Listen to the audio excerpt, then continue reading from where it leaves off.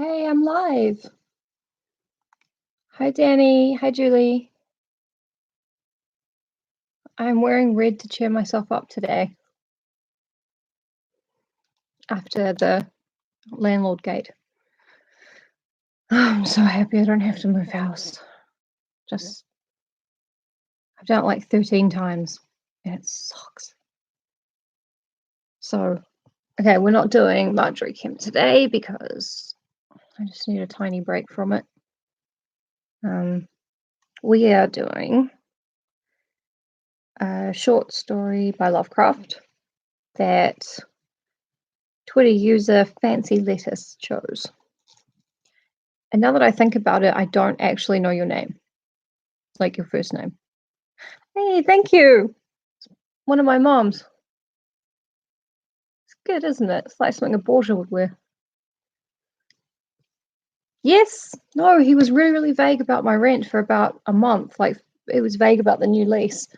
And thank you. I definitely looked like I had a shower today, and I did.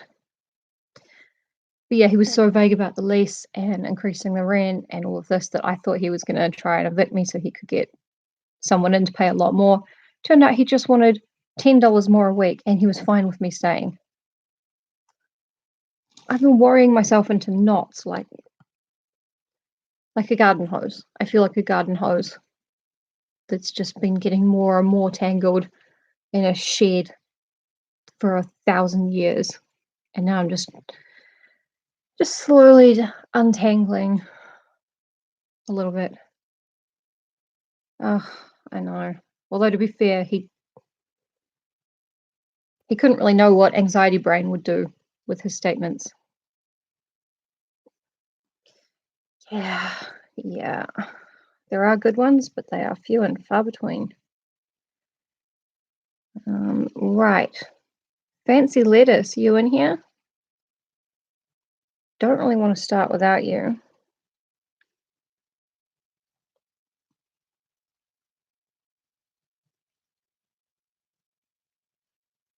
Oh yeah, so I got an increase of 5%. Holy shit, that's good. Oh my god.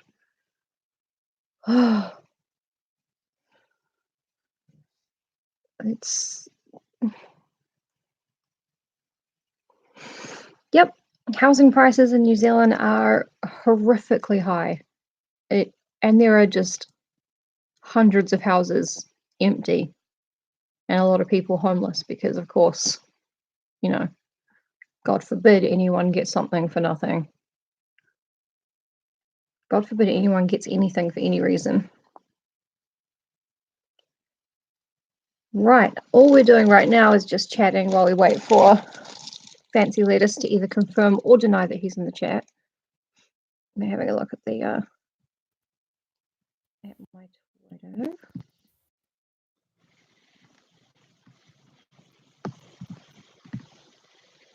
Who's he at?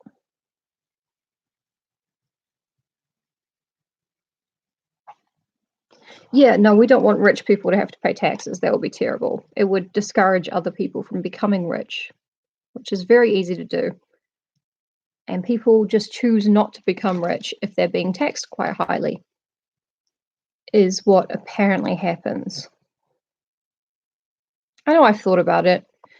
I thought, yeah, I could become very, very wealthy, but then I would have to pay a little bit more tax. So then I just decided not to pull myself up by my bootstraps or to work hard and make millions of dollars. The game just wasn't worth the candle. Oh yeah, I mean, being born rich, that's just like, that's what God wanted for you. I feel like very connected spiritually to God because I abide by the plan that he had for me when I was born, and I am still a baby.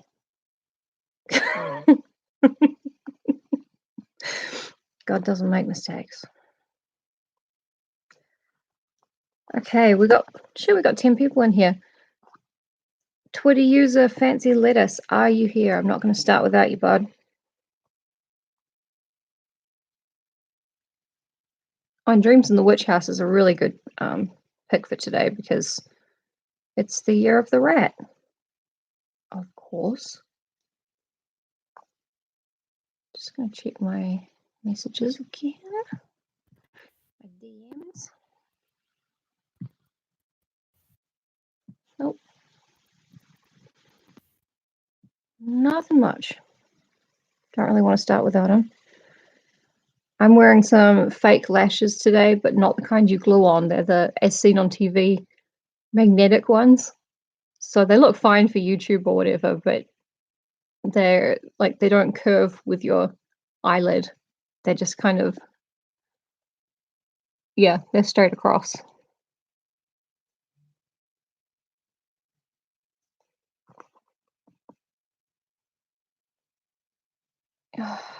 Yeah, how to pay off student loans. It just reminds me of every article about every person who's like, I'm 17 and own 3 houses. What have you done? They never start off poor. I can't give my items away, John. I'm a hoarder. And it's God's plan for me. Start telling people that everything I don't want to stop doing is God's plan for me. So just need to live. I need to live that truth. Apologies as always to Christians. Oh, and to all the other people who think God is real because, you know, soz. If you're one of the nice ones, you know, who does what Jesus said, or, you know, whichever is the nice person in your religion, then that's cool. That's fine. We don't have a problem.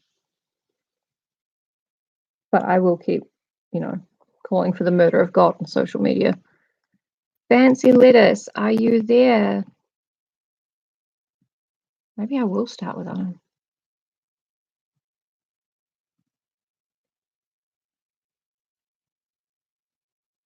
Yeah, it's been over 7 minutes. I think I should probably start.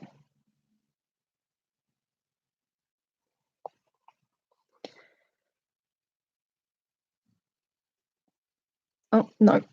There's birds coming to eat the cat food.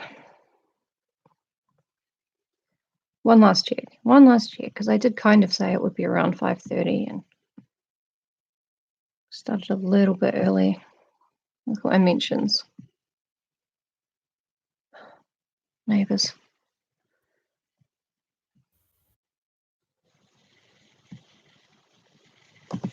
There we go. I'm saying get in, chat, doofus. LOL. And not provide a link.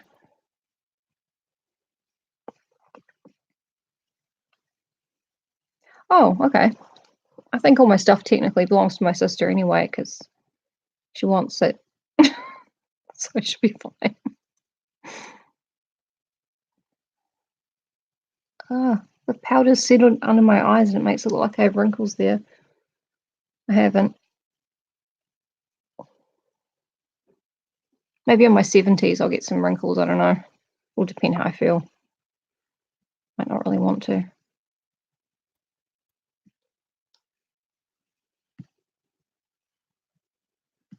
Where is he? Where's Fancy Lettuce? Lettuce.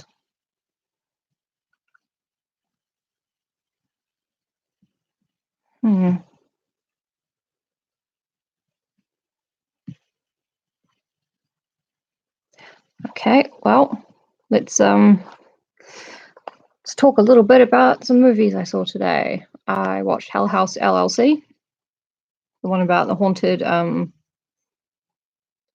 the fake haunted house that they set up in an actually haunted hotel, and yeah, things went really wrong. Then I watched Hell House LLC 2, the Abaddon Hotel, where the people are investigating what actually happened during the initial one. And I plan later to watch Hell House LLC 3, The Lake of Fire. I'm assuming the third one's going to be really, really bad. First two are okay. like as the low budget horror genre goes, they did an all right job. And it is quite scary, like setting up a haunted house. You know, like in the prison when we did ours in the abandoned, the former prison. Like nobody wanted to go to their corridor alone to pick up a prop or anything because it was just freaky in the dark. And everyone had a ghost story. Everyone heard something or saw something or had a weird feeling. So that kind of fed into it, and I think it really helped.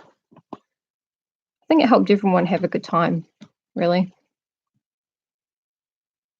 was hard work, but I did like it. Okay, come on, fancy lettuce. I've been wasting these people's time for like 11 minutes. All right. Okay, when it gets here, start the video again from the beginning. Because we got to crack on. Oh, definitely, Julia. Oh my God, we scare each other by accident all the time. Like not during the haunt, like not during it because it's all pretty well choreographed and you know where people are supposed to be. But when you're kind of wandering around in the dark, setting up, if you're just kind of sitting there, not really doing anything, and somebody comes walking through with a torch, they can get freaked out when you move or go, hey. So we've all done it by accident to each other, pretty much. I also watched a movie called, what was it called? Hellfest, which was about an actual, you know, axe murderer or whatever in a pretend haunted house. And that just wouldn't happen. You know, like if everybody running the haunted house was in on it, then it would happen. But you know the people in your little area. You kind of know the look of everybody. You know all the costumes basically.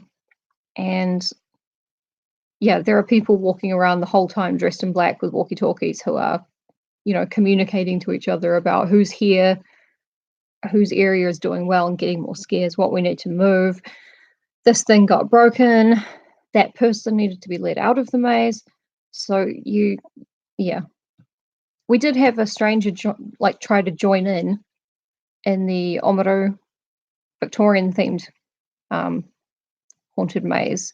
He was a steampunk guy, and he was standing there like pretending to be one of us, throwing firecrackers at people. So we kind of knew he wasn't and chucked him out.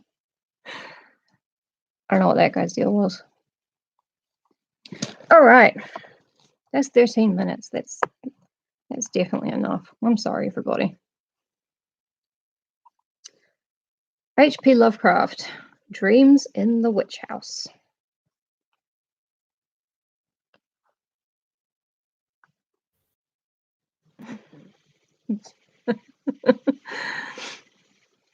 Whether the dreams brought on the fever, or the fever brought on the dreams, Walter Gilman did not know. Behind everything crouched the brooding, festering horror of the ancient town, and of the mouldy, unhallowed garret gable where he wrote and studied, and wrestled with figures and formulae when he was not tossing on the meagre iron bed. His ears were growing sensitive to a preternatural and intolerable degree, and he had long ago stopped the cheap mantel clock whose ticking had come to seem like a thunder of artillery. At night, the subtle stirring of the black city outside, the sinister scurrying of rats in the wormy partitions, and the creaking of hidden timbers in the centuried house were enough to give him a sense of strident pandemonium.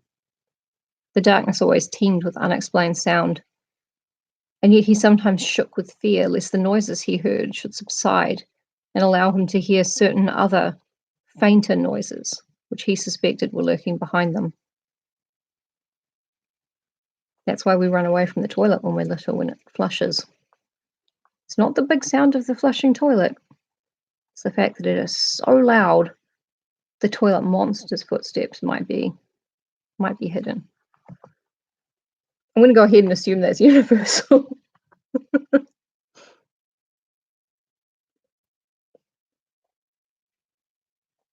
Brought to you by Diet Coke.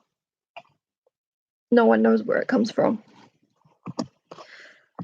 He was in the changeless, legend-haunted city of Arkham, with its clustering gambrel roofs that sway and sag over attics where witches hid from the king's men in the dark olden days of the province.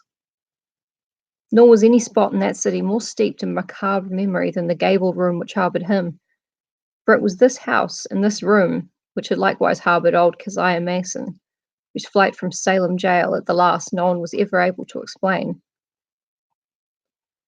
This was in 1692. The jailer had gone mad and babbled of a small white-fanged furry thing which scuttled out of Keziah's cell, and not even Cotton Mather could explain the curves and angles smeared on the grey stone walls with some red, sticky fluid. I'm sure he could have identified the fluid. Cotton Mather, of course, being a extremely famous witch hunter, 1692 being the year of the Salem Panics. It's all pretty cool. Possibly Gilman ought not to have studied so hard. Non-Euclidean calculus and quantum physics are enough to stretch any brain, and when one mixes them with folklore and tries to trace a strange background of multidimensional reality behind the ghoulish hints of the Gothic tales and the wild whispers of the chimney corner, one can hardly expect to be wholly free from mental tension. Gilman came from Haverhill, but it was only after he had entered college in Arkham that he began to connect his mathematics with the fantastic legends of elder magic. Something in the air of the hoary town worked obscurely on his imagination. The professors at Miskatonic had urged him to slacken up, and they had voluntarily cut down his course at several points. Moreover, they had stopped him from consulting the dubious old books on forbidden secrets that were kept under lock and key in a vault at the university library. But all these precautions came late in the day, so that Gilman had some terrible hints from the dreaded Necronomicon of Abdul al-Hazred, the fragmentary Book of Ibon, and the suppressed Unausprechlichen Kulten of von Junst, to correlate with his abstract formulae on the properties of space and the linkage of dimensions known and unknown. That is a hard word, Unausprechlichen. I think it just means unspeakable, the unspeakable cult. Not sure. Very difficult. He knew his room was in the old witch house. That, indeed, was why he had taken it. There was much in the Essex County records about Keziah Mason's trial, and what she had admitted under pressure to the court of Oyer and Termine had fascinated Gilman beyond all reason. She had told Judge Hawthorne of lines and curves that could be made to point out directions leading through the walls of space to other spaces beyond, and had implied that such lines and curves were frequently used at certain midnight meetings in the dark valley of the White Stone beyond Meadow Hill and on the unpeopled island in the river. She had spoken also of the Black Man, of her oath, and of her new secret name of Nahab. Then she had drawn those devices on the walls of her cell and vanished. A little bit of context. Judge Hawthorne, real person. The Black Man, also known as the Man in Black. Not Johnny Cash, but the devil. And often witches would have a secret name. I mean, I say witches, but this is stuff that we get from witchcraft confessions that are often obtained under torture. So, yeah, I don't really know if it was a thing that I don't know if it was a thing that the accused witches believed or if it was a thing that the questioners believed. But yeah, this is part of the reason why The Witch was such an incredibly good movie. Almost everything in it was taken directly from, transcripts of witchcraft trials. Which is why it was so great for me, especially because it was like watching one of them kind of come to life. But I thought, oh no, we're going to be really smug and modern about it, and it's going to turn out to be mental illness or something. Nope. Do Mormons get a secret name and meet the devil? Didn't think I wanted to be a Mormon.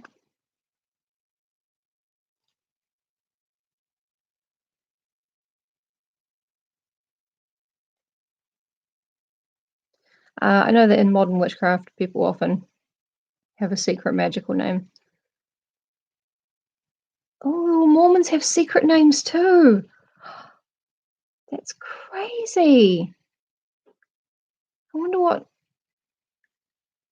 I wonder what Mitt Romney's secret name is.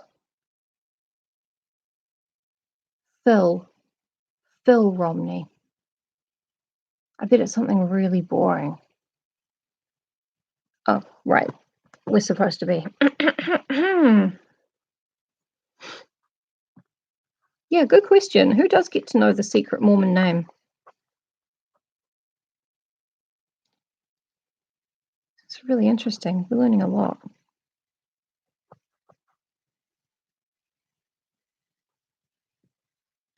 Why do they keep yeah, delete them. Yeah, that's true actually. That's what it is. Joe Biden's secret name is Corn Pop. I know he's not a Mormon. I just think the Corn Pop thing is really funny. Oh, wow. The Jewish tribe that traveled to America in submarines. Wow. Wow. Shut up. I'm trying to read a story.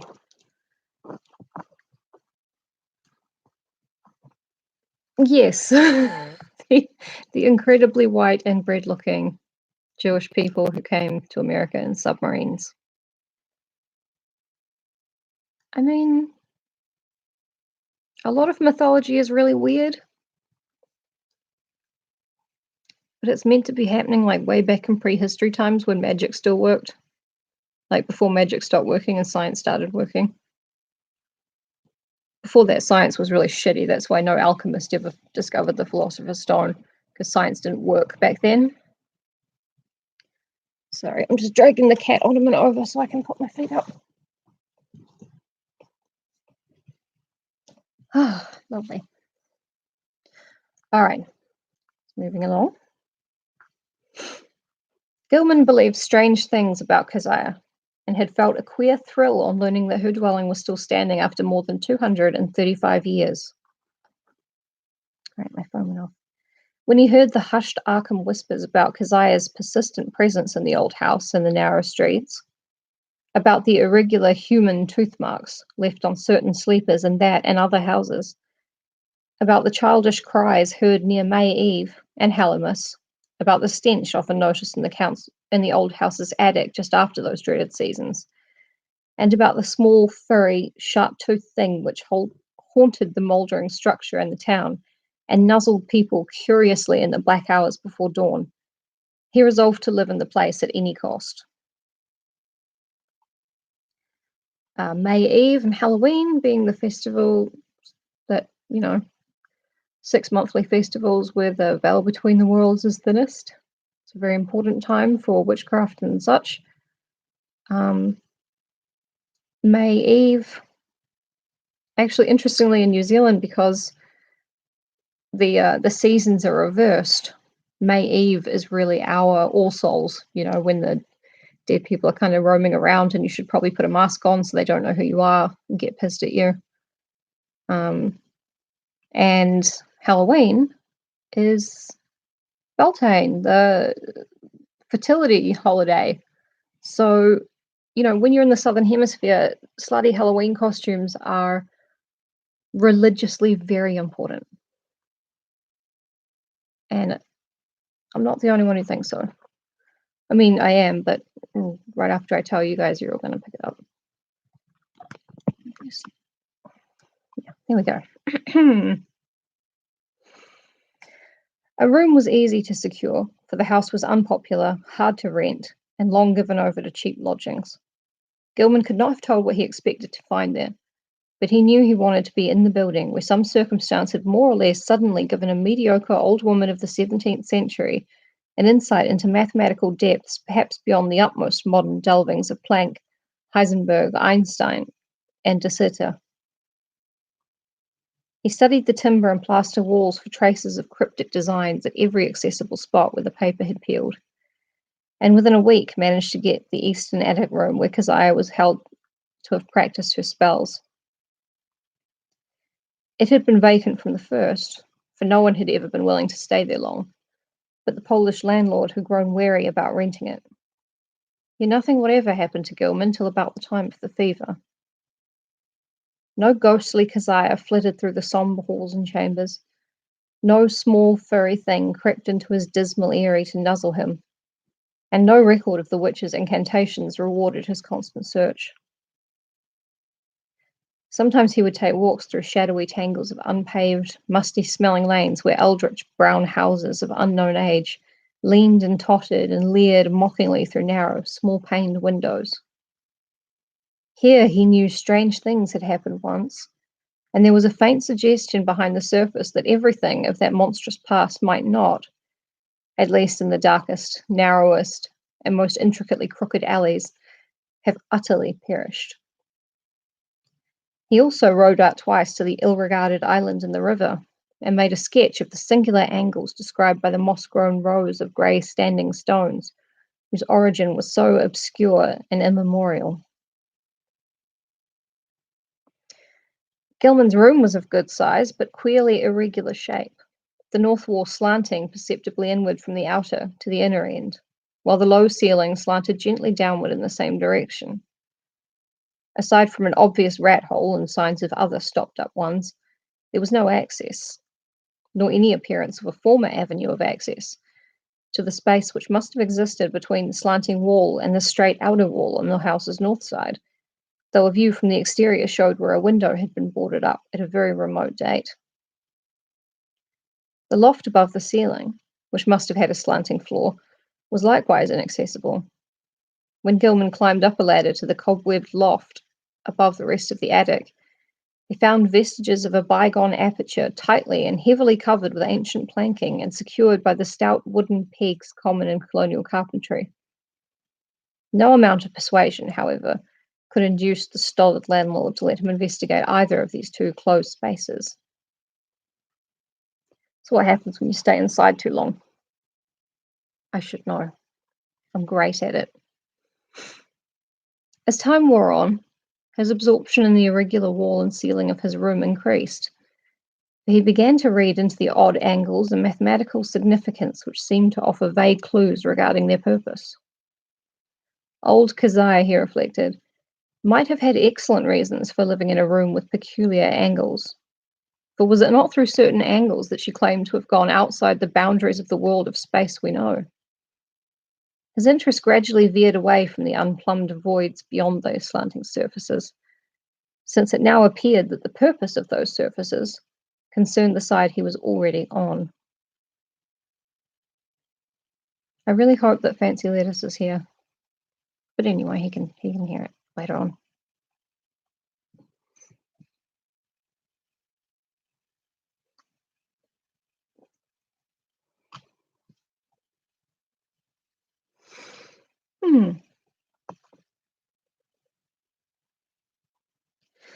The touch of brain fever and the dreams began early in February. For some time, apparently, the curious angles of Gilman's room had been having a strange, almost hypnotic effect on him. And as the bleak winter advanced, he had found himself staring more and more intently at the corner where the down slanting ceiling met the inward slanting wall. About this period, his inability to concentrate on his formal studies worried him considerably, his apprehensions about the mid-year examinations being very acute. But the exaggerated sense of hearing was scarcely less annoying. Life had become an insistent and almost unendurable cacophony, and there was that constant, terrifying impression of other sounds, perhaps from regions beyond life, trembling on the very brink of audibility. So far as concrete noises went, the rats in the ancient partitions were the worst. Sometimes their scratching seemed not only furtive, but deliberate. When it came from beyond the slanting north wall, it was mixed with a sort of dry rattling. And when it came from the century-closed loft above the slanting ceiling, Gilman always braced himself, as if expecting some horror which only bided its time before descending to engulf him utterly. The dreams were wholly beyond the pale of sanity, and Gilman felt that they must be a result jointly of his studies in mathematics and in folklore. He had been thinking too much about the vague regions which his formulae had told him must lie beyond the 3 dimensions we know, and about the possibility that old Keziah Mason, guided by some influence past all conjecture, had actually found the gate to those regions. The yellowed county records containing her testimony and that of her accusers were so damnably suggestive of things beyond human experience, and the descriptions of the darting little furry object which served as her familiar were so painfully realistic despite their incredible details.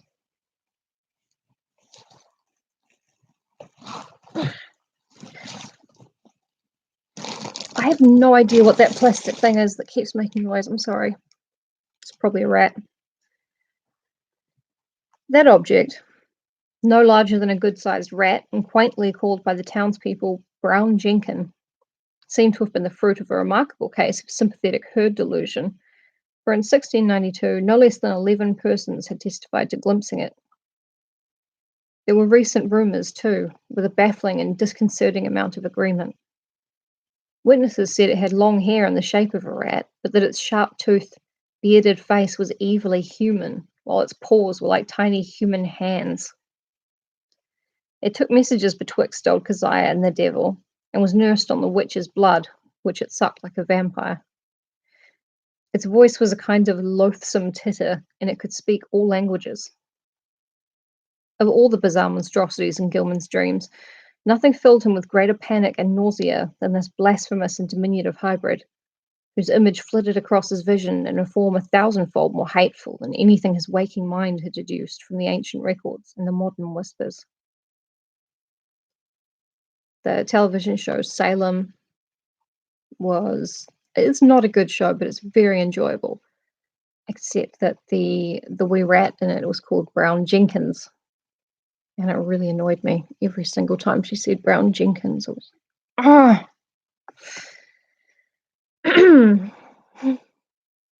Gilman's dreams consisted largely in plunges through limitless abysses of inexplicably coloured twilight and bafflingly disordered sound.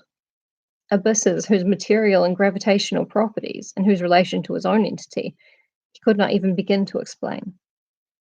He did not walk or climb, fly or swim, crawl or wriggle, yet always experienced a mode of motion partly voluntary and partly involuntary. Of his own condition he could not well judge. The sight of his arms, legs, and torso seemed always cut off by some odd disarrangement of perspective. But he felt that his physical organization and faculties were somehow marvelously transmuted and obliquely projected, though not without a certain grotesque relationship to his normal proportions and properties.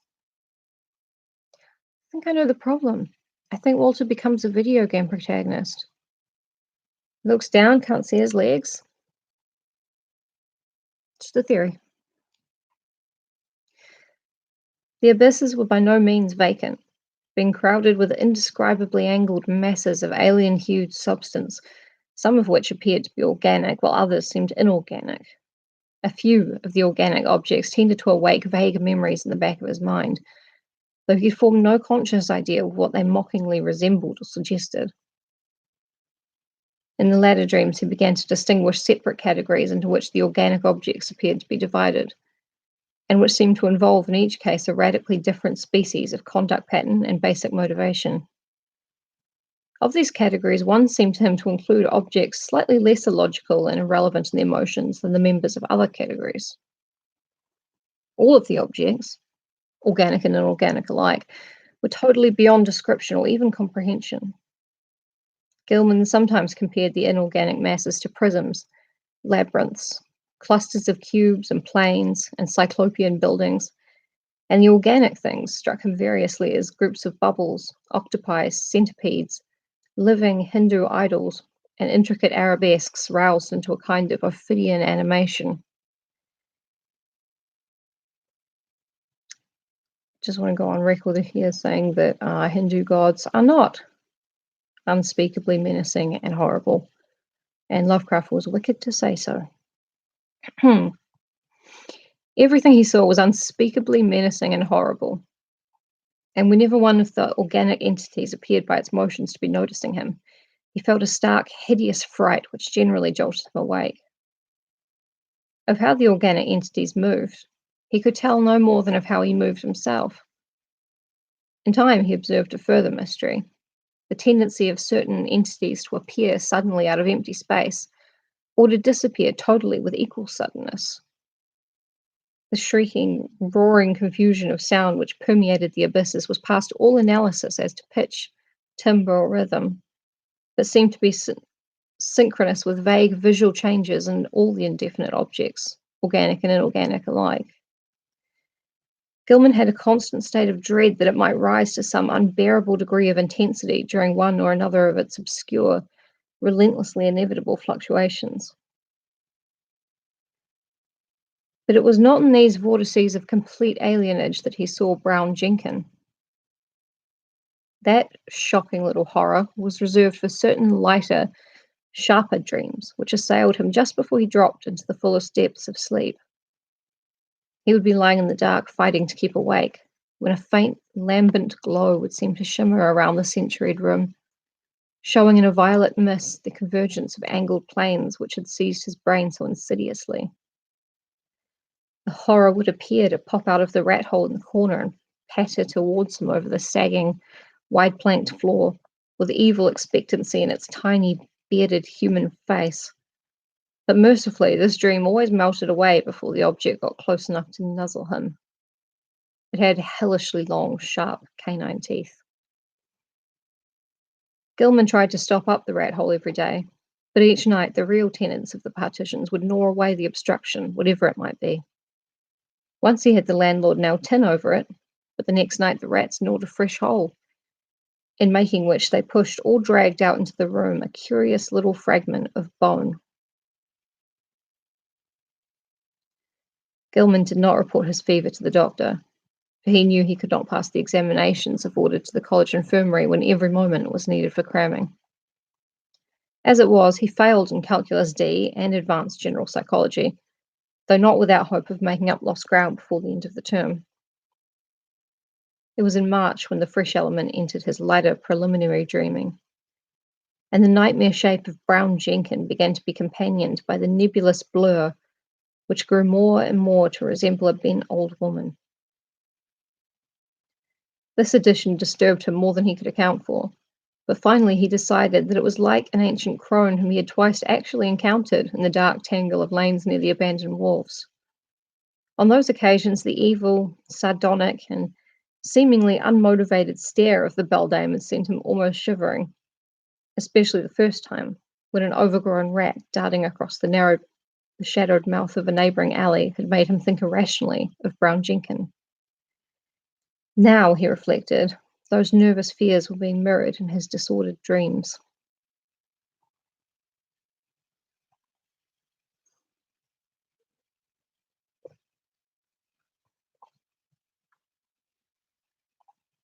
Kind of like the idea of a rat with a little human face and little human hands.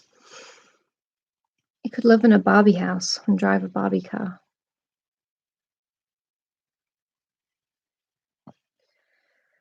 That the influence of the old house was unwholesome he could not deny, but traces of his early morbid interest still held him there. He argued that the fever alone was responsible for his nightly fantasies, and that when the touch abated, he would be free from the monstrous visions. Those visions, however, were of abhorrent vividness and convincingness, and whenever he awaked, he retained a vague sense of having undergone much more than he remembered. He was hideously sure that in unrecalled dreams he had talked with both Brown Jenkin and the old woman, and that they had been urging him to go somewhere with them and to meet a third being of greater potency. Actually, I've just realized that the dreams in the witch house are very similar to doing a bunch of ketamine. By a bunch, I don't mean a recreational dose, because that's insane. How do people take that much ketamine? Horrible. I would not do it anywhere but a controlled environment with nurses. Bloody hell. Have I met Cthulhu during ketamine therapy? Yes, that's what it's for. If your depression doesn't respond to anything from, you know, the world of sanity and angles, they give you some ketamine. You go meet Cthulhu, you kind of talk it out, or whatever it is we do. I don't know, we're not allowed to remember. Anyway, it works really well.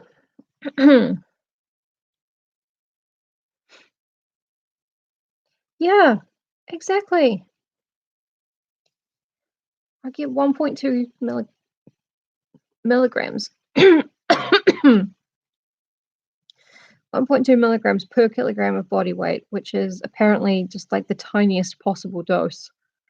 Um, like it's the largest therapeutic dose they give at the moment, but come on. We do this on the weekend for fun?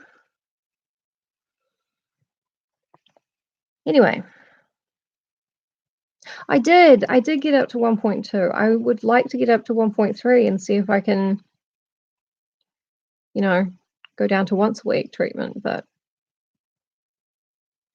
at the moment, I'm just happy that it's, no one's threatening me with kicking me off it. And I got treatment tomorrow morning. Hooray! I'm probably going to freak out and think about rats the whole time. Cool. Toward the end of March, he began to pick up in his mathematics, though other studies bothered him increasingly. He was getting an intuitive knack for solving Riemannian equations and astonished Professor Upham by his comprehension of fourth dimensional and other problems which had floored all the rest of the class. Professor Upham. It's funny. I'm sorry. It's funny though. One afternoon, there was a discussion of possible freakish curvatures in space and of theoretical points of approach or even contact between our part of the cosmos and various other regions as distant as the farthest stars or the transgalactic gulfs themselves, or even as fabulously remote as the tentatively conceivable cosmic units beyond the whole Einsteinian space-time continuum. Gilman's handling of this theme filled everyone with admiration, even though some of his hypothetical illustrations caused an increase in the always plentiful gossip about his nervous and solitary eccentricity. What made the students shake their head was his sober theory that a man might, given mathematical knowledge admittedly beyond all likelihood of human acquirement, step deliberately from the Earth to any other celestial body which might lie at one of an infinity of specific points in the cosmic pattern. Such a step, he said, would require only two stages. First, a passage out of the three-dimensional sphere we know, and second, a passage back to the three-dimensional sphere at another point, perhaps one of infinite remoteness. That this could be accomplished without loss of life was in many cases conceivable. Any being from any part of three-dimensional space could probably survive in the fourth dimension, and its survival of the second stage would depend upon what alien part of three-dimensional space it might select for its re-entry. Denizens of some planets might be able to live on certain others, even planets belonging to other galaxies or to similar dimensional phases of other space-time continua. Though, of course, there must be vast numbers of mutually uninhabitable, even though mathematically juxtaposed bodies or zones of space.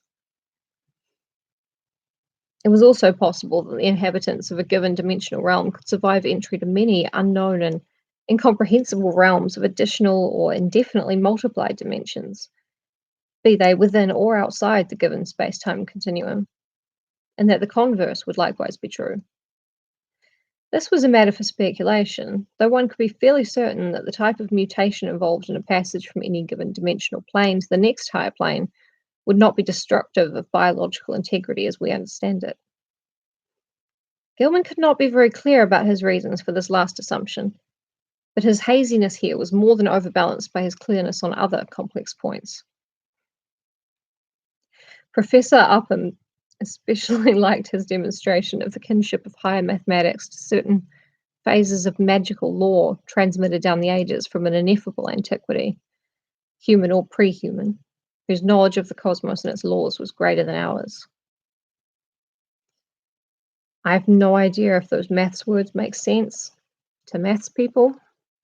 I'm guessing they don't because, we can't travel between dimensions, but I don't know. Human or pre-human. I know what Lovecraft means by pre-human, but I think it's really funny to imagine that, like, our ape ancestors were just really good at maths. They could conceptualize anything mathematical. And then human beings were born with imagination, and we decided to live in dreams and stories instead because it was way cooler. And that's why we have prestige television today, and apes live in zoos. Around the 1st of April, Gilman worried considerably because his slow fever did not abate. He was also troubled by what some of his fellow lodgers said about his sleepwalking. It seemed that he was often absent from his bed, and that the creaking of his floor at certain hours of the night was remarked by the man in the room below.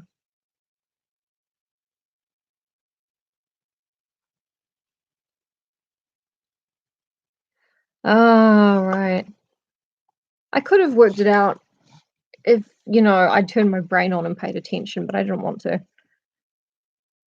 Oh yeah, maths is really scary. Years are very scary. The more you have of them, the longer ago a thing was, and that's very frightening. Ocean's scary. Um, Buildings from the olden days pretty scary. Everyone who's not white is scary. I'm just not sure how he ever got married. That's just really confusing to me. I know why he did, because his mother died and he didn't know what to do for himself. But crazy. Time is very scary. I have my own theories about um, why Saxon Britain, they didn't build over Roman palaces as much. I read that somewhere. I don't know if it's true. But my theory is that the Romans were all like, Cthulhu worshippers. So the Saxons were like, no, thank you. We'll build our own shit out of timber and stuff that doesn't have octopus mosaics and murder on it. Don't know. Would make a pretty cool book, though. Short horror story. The creaking of his floor at certain hours of the night was remarked by the man in the room below. I have to hold on to that, John. Sometimes, maybe one day, I'll become extremely lucky and find someone with no standards at all. Like a dog who got turned into a human for a dare or for a bet or something. That would probably be ideal. This fellow also spoke of hearing the tread of shod feet in the night, but Gilman was sure he must have been mistaken in this, since shoes as well as other apparel were always precisely in place in the morning. One could develop all sorts of aural delusions in this morbid old house, but did not Gilman himself, even in daylight, now feel certain that noises other than rat scratchings came from the black voids beyond the slanting wall and above the slanting ceiling? His pathologically sensitive ears began to listen for faint footfalls in the immemorially sealed loft overhead, and sometimes the illusion of such things was agonizingly realistic. However, he knew that he had actually become a somnambulist, sleepwalker. For twice at night his room had been found vacant, though with all his clothing in place. It is, it's a lovely phrase. I like how he just keeps peering the slanting wall and the slanting ceiling. It's got this kind of rhythm to it, like a children's book. It's nice. I mean, it's a bit difficult for the under fives. Right, he knew he'd actually become a somnambulist or sleepwalker, for twice at night his room had been found vacant, though with all his clothing in place. Of this he had been assured by Frank Elwood, the one fellow student whose poverty forced him to room in this squalid and unpopular house. Elwood had been studying in the small hours and had come up for help on a differential equation, only to find Gilman absent. It had been rather presumptuous of him to open the unlocked door after knocking had failed to rouse a response, but he had needed the help very badly and thought that his host would not mind a gentle prodding awake.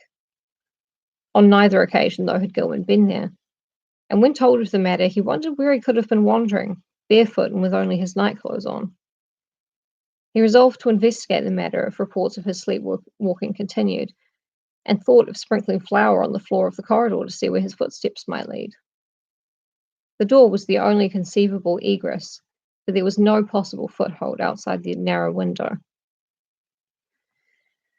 I feel like Gilman's not really listening to his own research here, but okay. I guess you can't put flour all over every dimension.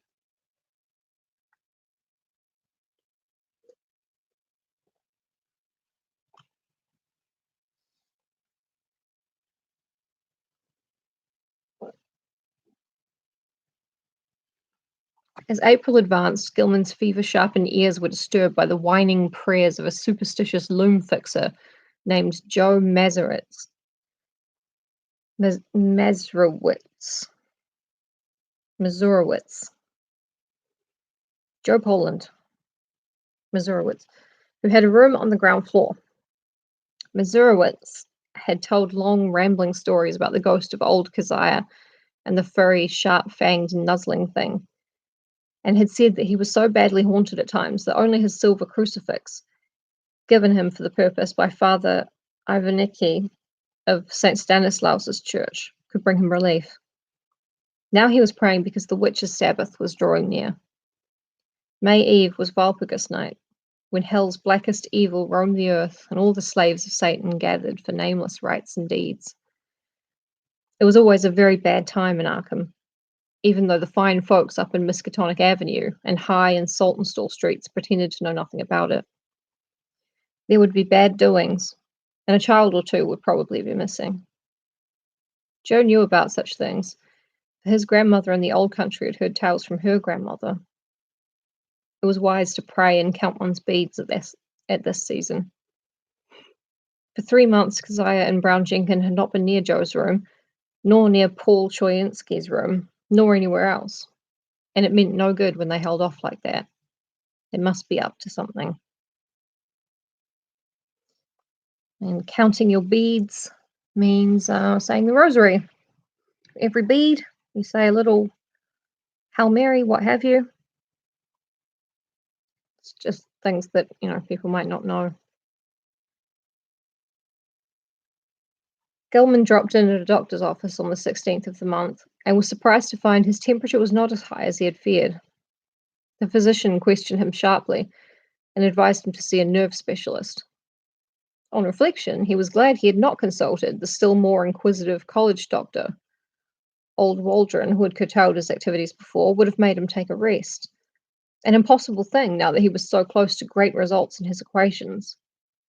He was certainly near the boundary between the known universe and the fourth dimension, and who could say how much farther he might go? But even as these thoughts came to him, he wondered at the source of his strange confidence. Did all of this perilous sense of imminence come from the formulae on the sheets he covered day by day? The soft, stealthy, imaginary footprints in the steeled loft above were unnerving. And now, too, there was a growing feeling that somebody was constantly persuading him to do something terrible, which he could not do. How about the somnambulism? Where did he go sometimes in the night? And what was that faint suggestion of sound, which once in a while seemed to trickle through the maddening confusion of identifiable sounds, even in broad daylight and full wakefulness? Its rhythm did not correspond to anything on earth, unless perhaps to the cadence of one or two unmentionable Sabbath chants. And sometimes he feared it corresponded to certain attributes of the vague shrieking or roaring in those wholly alien abysses of dream. The dreams were meanwhile getting to be atrocious. In the lighter preliminary phase, the evil old woman was now of fiendish distinctiveness, and Gilman knew she was the one who had frightened him in the slums. Her bent back, long nose, and shriveled chin were unmistakable, and her shapeless brown garments were like those he remembered. The expression on her face was one of hideous malevolence and exultation, and when he awaked, he could recall a croaking voice that persuaded and threatened. He must meet the Black Man and go with them all to the throne of Azathoth at the center of ultimate chaos. That was what she said. He must sign in his own blood the Book of Azathoth and take a new secret name, now that his independent delvings had gone so far.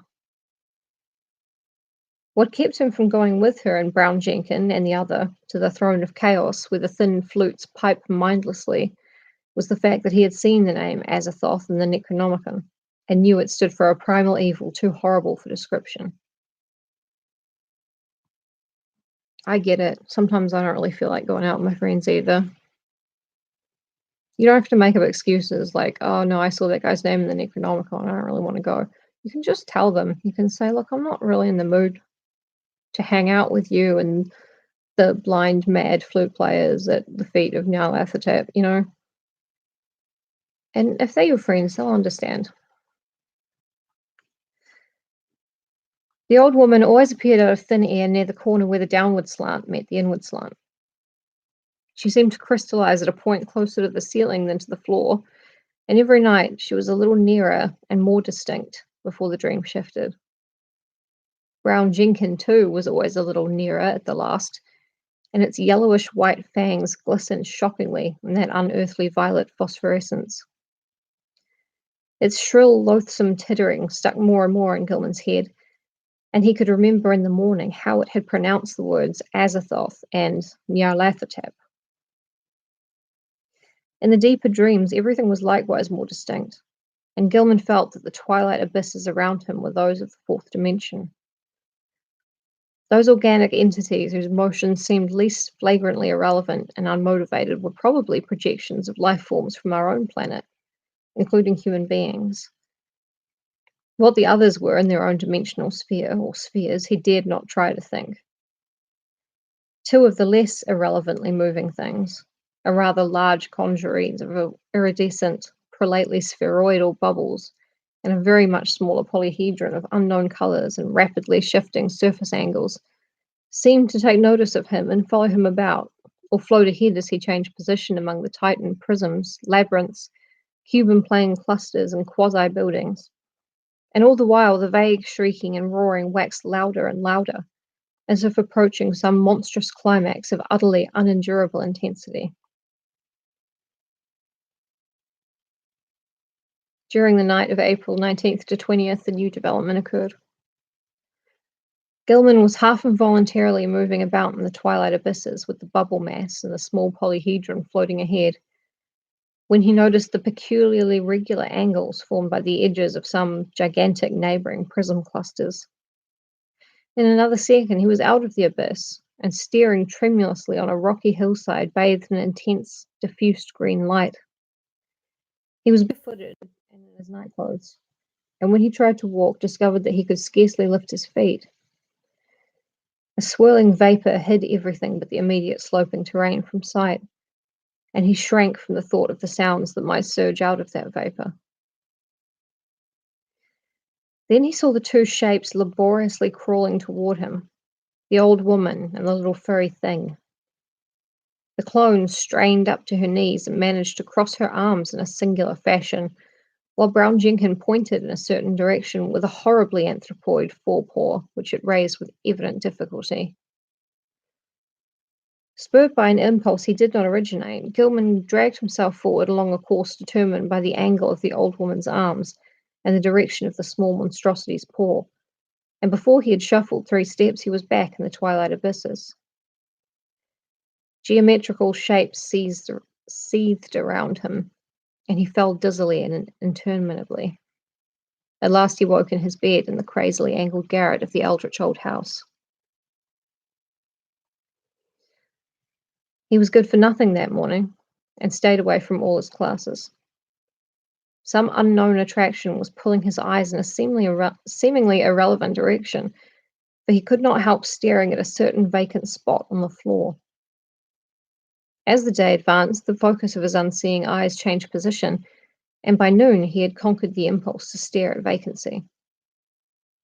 About 2 o'clock he went out for lunch, and as he threaded the narrow lanes of the city, he found himself turning always to the southeast. Only an effort halted him at a cafeteria in Church Street, and after the meal he felt the unknown pull still more strongly.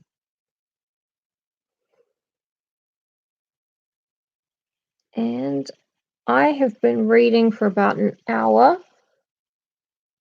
I'm going to read for a little bit longer, but I'm not quite halfway through. And I'm calling my dad tonight. I haven't called him in ages, but I'm going to keep reading for a little while because he will be finishing work soonish, but it'll take him a while to get home, and he would have to consult a nerve specialist after all. Perhaps there was a connection with his somnambulism, but meanwhile he might at least try to break the morbid spell himself. Undoubtedly, he could still manage to walk away from the pull, so with great resolution he headed against it and dragged himself deliberately north along Garrison Street. Thank you for being here, Alex. It's a recording, and I won't be going for that much longer either. I'll be doing a part 2. So thank you so much for being here. I'll see you tomorrow. Sleep well. Don't have dreams in the witch house. Ideally.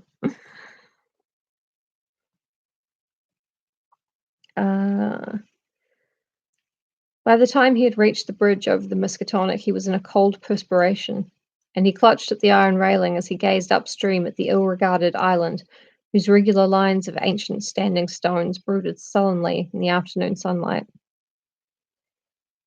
Then he gave a start, for there was a clearly visible living figure on that desolate island, and a second glance told him it was certainly the strange old woman whose sinister aspect had worked itself so disastrously into his dreams. The tall grass near her was moving too, as if some other living thing were crawling close to the ground. When the old woman began to turn toward him, he fled precipitately off the bridge and into the shelter of the town's labyrinthine waterfront alleys. Distant though the island was, he felt that a monstrous and invincible evil could flow from the sardonic stare of that bent, ancient figure in brown.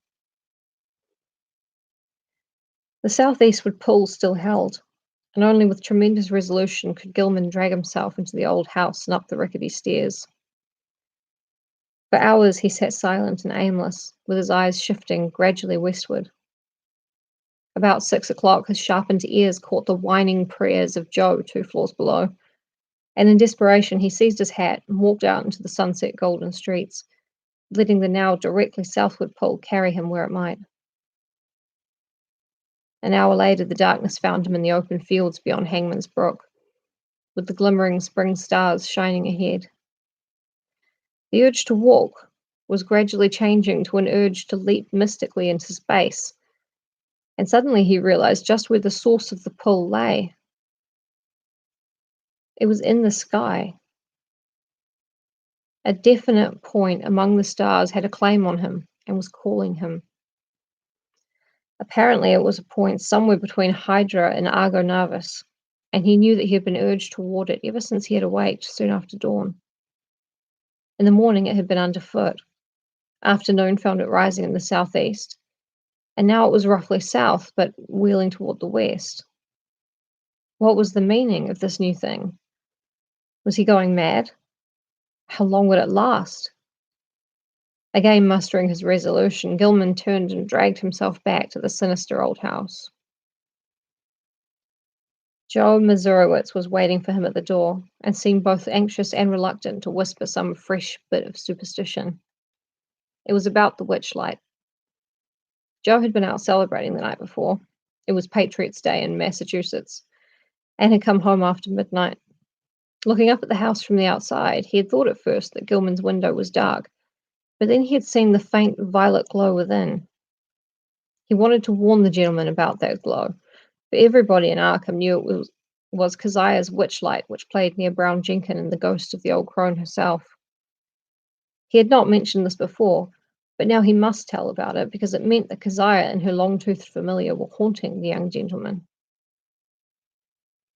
Sometimes he and Paul Troyansky and landlord Dombrowski thought they saw that light seeping out of cracks in the sealed loft above the young gentleman's room, but they had all agreed not to talk about that.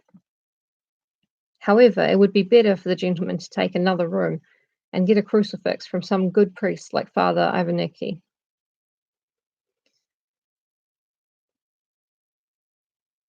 I mean, I do like to change the Lovecraft bits that are distressingly racist, but the racism in this so far is pretty much just that Polish people are superstitious, which, I mean, they're right in the story, you know. Yeah, I think Lovecraft intended to be racist, but it just came across that these people as being sensible. And I'm going to call it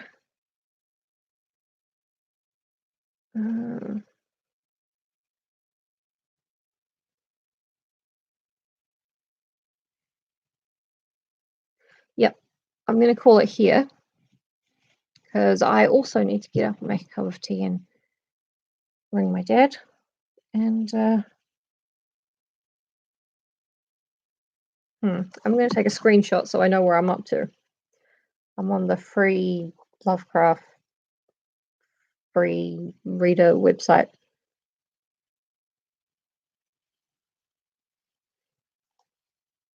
There we go. That's where we're at. Thank you all very much for tuning in. I know I haven't been doing a lot of Marjorie Kemp lately, but having that reassurance that I can stay in my flat is wonderful. Thank you for the listen, John. I don't know why people like listening to a story, but I really like reading it, so it all works out. Thank you, level 426 squid. Oh shit, there's a squid in the chat. Oh my god. Lovecraft is turning in his grave, screaming because the ground is so old. It's freaking him out, and also being dead is scary. He must be having a hell of a time.